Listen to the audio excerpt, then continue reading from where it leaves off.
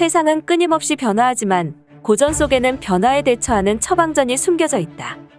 천하제일의 김한술, 출세를 위한 최고의 수단, 세계 제일의 심리서, 최고의 비즈니스 지혜라는 별명을 가진 36개. 36개는 군사 모략이 36개라는 것이 아니라 이루 다 헤아릴 수 없는 모략을 비유했을 뿐이다. 36개를 6개 카테고리로 분류하고 다양한 상황에 적용하도록 체계를 잡은 것이 특징이다.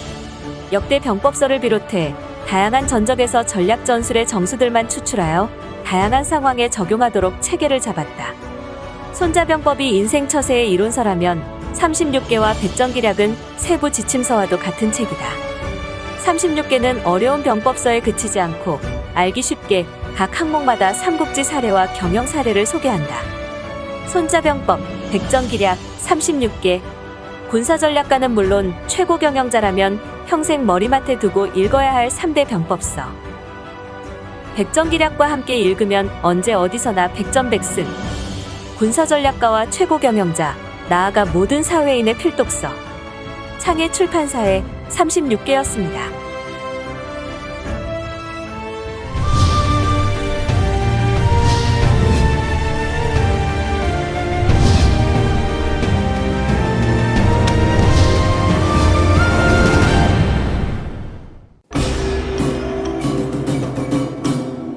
김영수입니다.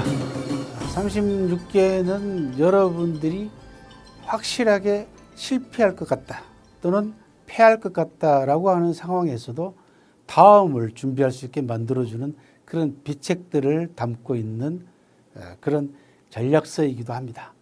그런 점에서 36개가 앞으로 점점 더 주목을 받으리라고 예상을 합니다. 오늘 적전계의 제일 마지막 계책입니다. 제 12번째 계책인 순수견양이라고 하는 계책이 되겠습니다. 순수란 얘기는 그냥 손 가는 대로, 손을 뻗치는 대로 그런 뜻입니다. 그래서 순조롭게 슬며시, 견자는 끌어온다는 뜻이죠.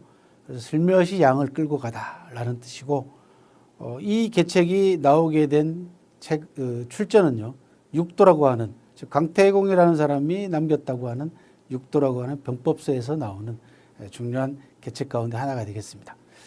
자, 어떻게 슬그머니 양을 끌고 가는지 한번 역사적 사례를 먼저 보도록 하겠습니다. 역사적 사례로는 가장 대표적인 사례가 가도 벌객이라고 하는 유명한 사자성어입니다.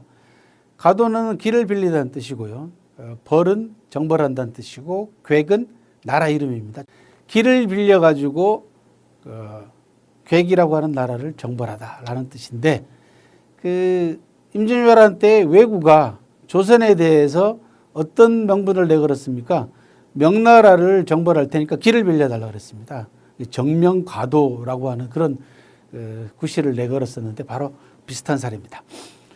객이란 나라를 정벌하려면은 길을 빌려야 되는데 어느 나라의 길을 빌려야 되냐 그러면 우나라라고 하는 나라의 길을 빌려야 됩니다.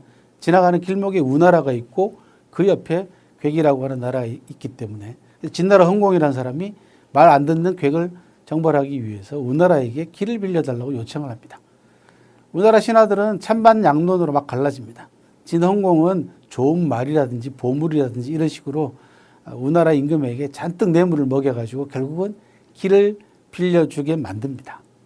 그래서 우나라 길을 빌려서 객을 정벌한 다음에 돌아오면서 그 군대로 자연스럽게 우나라까지 정벌했다라고 하는 가도 벌객의 사례가 순수경량의 대표적인 사례로 남아 있습니다.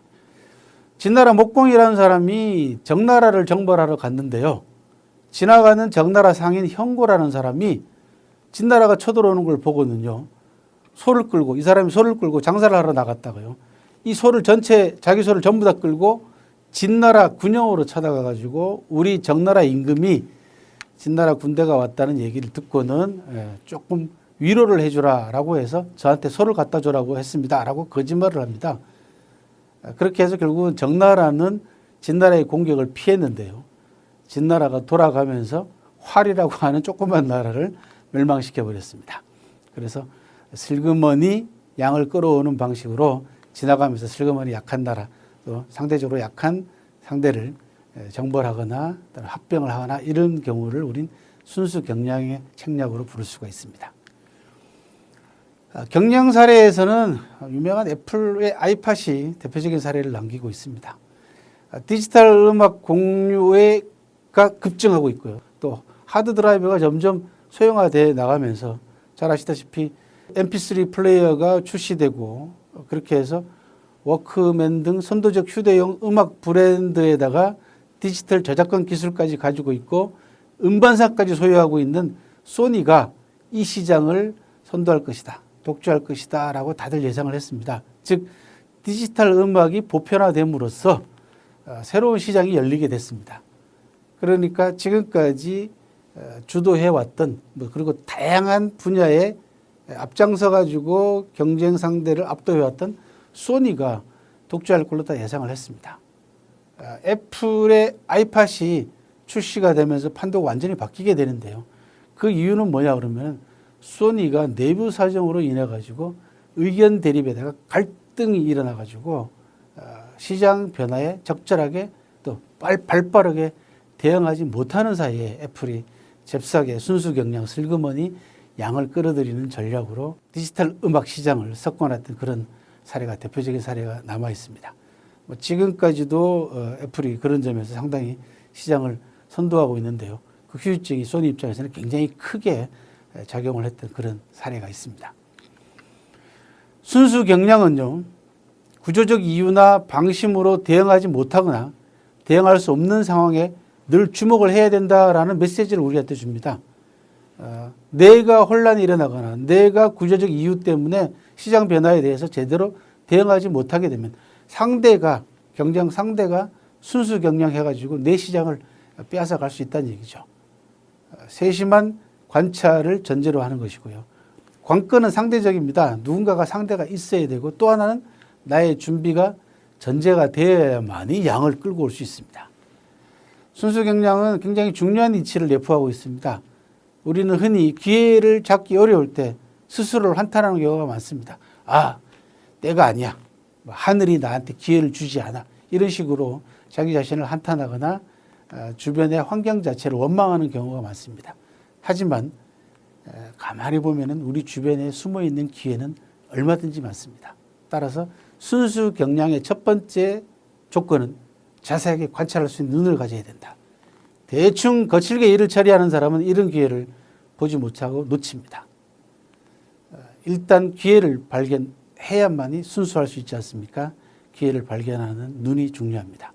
그럴 수 있는 사람만이 다른 사람보다 쉽게 성공을 쟁취할 수 있습니다. 순수 경량은 잘하면 힘들이지 않고 큰 성공을 거둘 수 있기 때문에 대단히 여러분들이 유의하셔야 될 계책 가운데 하나입니다. 고맙습니다.